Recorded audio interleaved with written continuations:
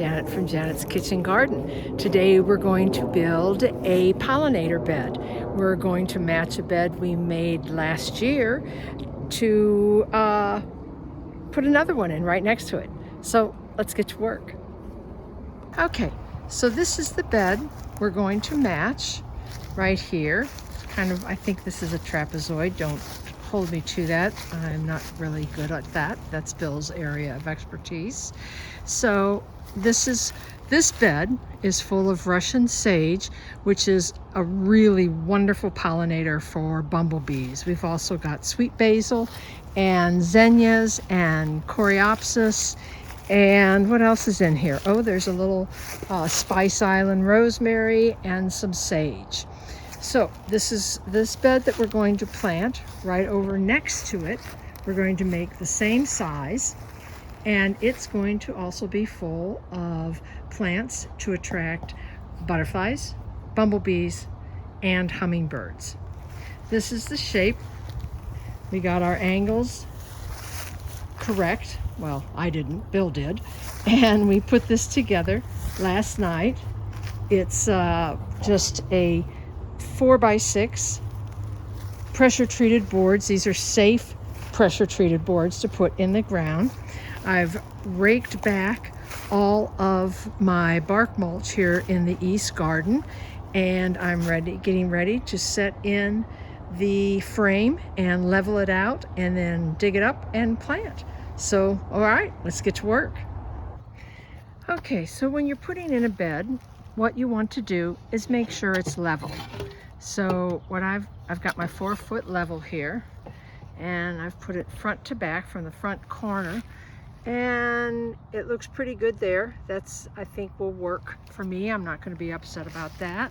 Let's see down here this corner. What do we got? Oh, that looks really good. No, it's not. Needs to come up just a bit on that end. You want that bubble to be right in between. You see how it's leaning to the left? That means that to the right, I need to come up. See how it shifts? So that's what I need to do. And I will lay the level all the way across the back and the front and corners to corners, just to make sure everything is level, and then we'll get to filling and planting. All right, so my bed is all filled. It took 2 bags of the mare's raised bed soil plus 2 5-gallon buckets of compost that I had already made. This bed is 8 foot long in front, not 3 foot sides, about 30-inch side rails, and the back is about 5 foot. Now, the important thing with a bed when you're going to plant it, set your plants out first so that you get your composition right on how and just how you want it to look. There's no hard and fast rule. I just plant my plants to what pleases my eye and what I feel is balanced.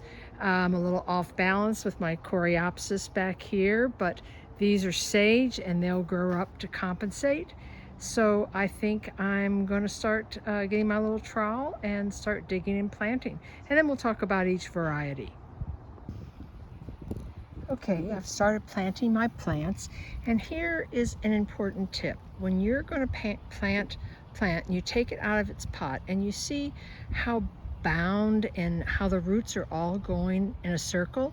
Well, what you want to do is just kind of take your fingers and rough those roots up a little bit. See how they're starting to stick out, so that they will start reaching out into the soil instead of continuing in that circle. So this is an important tip. Okay, I'm going to keep planting. All right, everybody's planted. So I want to just tell you what we've actually got in the ground here. We put in 2 Texas primroses. These are native Texas plants. They're real pretty yellow. And then next to that, we have 2 Monardos. These are Jacob Klein's bright red flowers. Bees, hummingbirds, and butterflies love this plant. Then we have two Nymphophias. I probably pronounced that wrong, otherwise known as red hot poker, although these are a mango color, so it's an orange.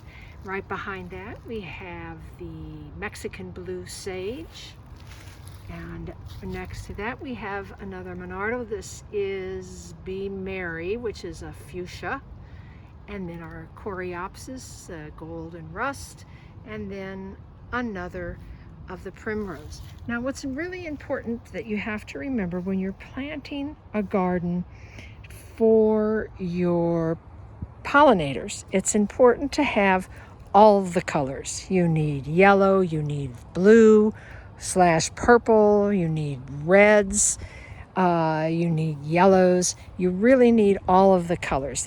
All of the pollinators do have all kind of favorites, like hummingbirds' favorites are always that deep, deep red. Bees love purples. So it's important to think about that and plant something for everyone. And now in between these spaces, I'm going where you see dirt before the plants all spread out and take over. I'm going to plant some zinnia seeds because butterflies love zinnias, especially zebra swallowtails. They just love zinnias.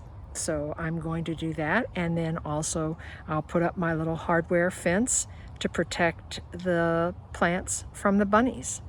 As you can see, that's what I have right behind on the one vegetable bed right there. That used to be my hoop bed. I took the hoop top off, and it's also got fruit tree netting, bird netting over the top, and that's to keep the squirrels from getting into the bed and digging. And those are potatoes and leeks right there. So that's everything that I wanted to tell you. Again, it's so important. If you're going to have a garden, you really, really have to think about our pollinators. Bumblebees, honeybees are the foundation of our food chain. So you got to think about them. You got to take care of them. You have to make sure you have food in your yard, front and back, for them. Don't just plant pansies. You know, pansies don't do anything. You can eat them, but that's it.